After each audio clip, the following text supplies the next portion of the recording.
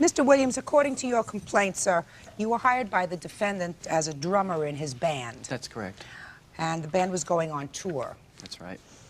Your complaint states that he breached your contract by firing you prior to the tour, that he owes you a substantial amount of money for that, and that in addition, he assaulted you. And as a result of that, you had substantial medical bills. That's right, Your Honor. In March of '97, I was hired by Mr. Lydon. I went to his house. He had invited me over to hear his CD to listen to it. And after we had talked, he had hired me, and I began working on his music at my house about a month later after that. It was May. Mr. Lydon, listen to me, sir. I'm going to give you an opportunity to tell me your side of the story, all right? Fine. Right now, plaintiff is trying to present his case, and I'd like you to let him do that in an orderly fashion. Go ahead. I was hired in March. I started working on the music in April after he had given me a copy of his CD and brought it to my house and started working on it. There's no question, sir, that you worked, and I believe that Mr. Lydon acknowledges that you worked. You were working rehearsals, participated fully with the project. It's his defense to this action that, A, you were impossible to work with because you were a prima donna, that you violated several verbal agreements that you had with him, and that, in fact, he really didn't fire you, but you quit. Well, that's not true at all, Your yes, Honor. it is. Shut up! Now, Now, Mr. Your Williams, Honor, if I may. So, Mr. Williams, because I have a lot of cases to do today, sir, Right. I'm going to move you along a little bit. Right. So let's get to this breach. Okay. When did the breach occur, according to you? The day after the battery at the Japanese restaurant, we had had a meeting. And how much prior to your leaving on the tour was this meeting? It was about 3 days before the tour. And how long had you been in rehearsal? Since July 11th. From July 11th, the battery occurred... From July 11th to when, sir? Until the 30th of July. And you got paid for the rehearsal time? I did. Okay. Now, you had this meeting, and according to both of you, this meeting was because there had been some strain in the relationship that you were having with both Mr. Lydon and his manager. If I may, Your Honor.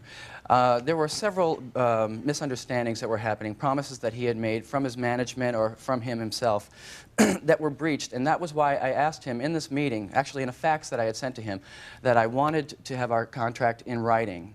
Because a guitar player who worked for him 10 years ago had done a U.S. tour for him and hadn't gotten paid for it when he had gotten back from the tour. That's hearsay. Just a second. I'd like proof of that. Mr. Lydon. Well, actually, when I had brought that up to his younger... Listen to me. Yes, ma'am. You cannot bring in through the back door of a trial hearsay.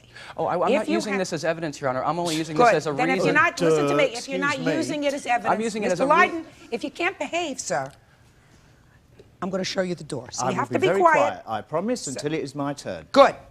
Let me see a copy of your fax, sir, that you sent to him. Here it is.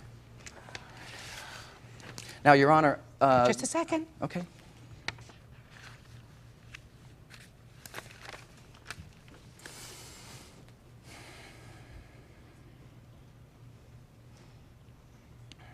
Okay.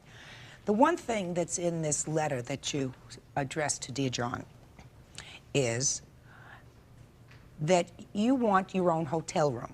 Right. Now, this seems to be a bone of contention because according to Mr. Lydon, it was never his intention or the intention of his organization that members of the band have their own hotel rooms. Well, difference. I had found out maybe a week before we were leaving for the tour that it was going to be 3 musicians sharing one hotel room with 2 beds, and that the band, the crew, was going to be using the shower, while Mr. Lydon would have his own suite, the tour manager would have his own room, and his bodyguard, John Lydon's bodyguard, would have his own room.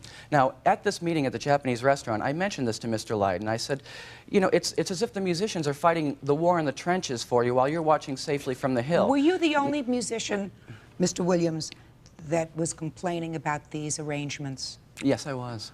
Okay. So how many musicians were there in the band? There were just 2 other musicians. Now, he had said to me... Just a second. 3. Okay. He's excluding me. Well, let's exclude you for a moment. Let's see how, because you weren't complaining about your accommodations, right? I'm not. Good. Now, he said, if I give you your own hotel room, Robert, I'll have to give it to them. And I said, well, it would be the only humane thing to do, because after each of these shows, we were to get on the bus and travel for 7 or 8 hours, and the band was going to be in such tight quarters for 6 weeks to 8 weeks, you could go mad just not having your own space to be able to just get away from everything.